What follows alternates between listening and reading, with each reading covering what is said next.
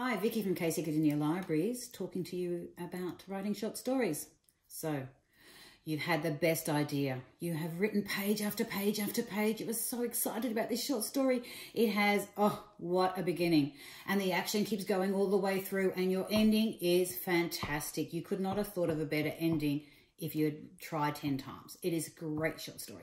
And you think you have finished. You're ready to send it to the competition, or you're ready to send it to a magazine to be published, but stop right there. I'm afraid you now have to, oh yes, something. You have to edit. Yes. One of my first suggestions is put that short story aside. Could be put it aside for a couple of hours. Put it aside for a couple of days is best. A week would be fantastic. Put it away, forget about it. Then pick it up again and read it as if you're a reader, not as if you know that story whatsoever. As if you're somebody who's just picking up a story and you think, oh, I'll read it as a cold reader. Second suggestion is read it out loud. I read all my short stories and all my poems out loud. My poor cat is so sick of hearing my voice as I'm reading these stories. But when you read your story out loud, you will find all the mistakes. You will start to blah, blah, blah, blah, blah.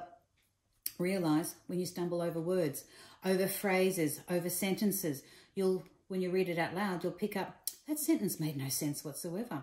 Or names that are written are so hard to pronounce when read out loud.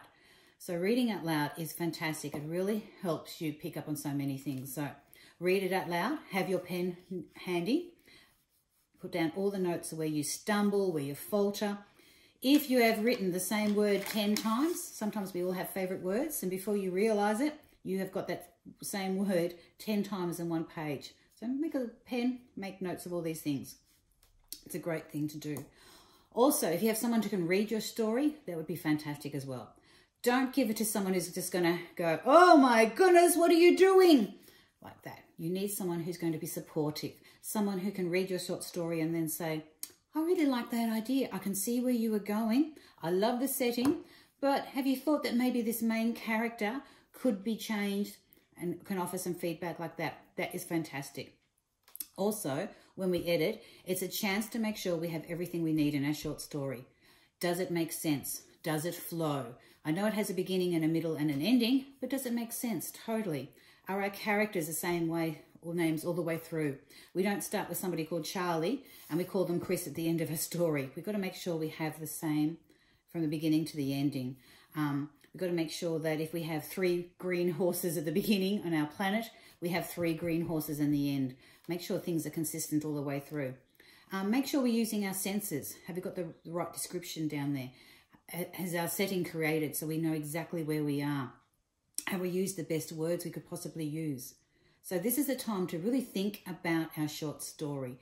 Think about everything, our characters, our setting, our action, our events. Does it all make sense? So if you're happy with that and you've worked on it, you had someone else read it, given you feedback, you've worked on it again. Sometimes it takes up to 4, 5, 6, 7, up to 20 different drafts to go through and through and through a short story to make it really polish it up, to make it look wonderful and shines. So, when all that is done and you are so happy with it and you don't think you could change it and make it better in any way, shape or form, then it's ready to be sent out. So, hope that helps. So keep up the writing. Enjoy it all. Bye.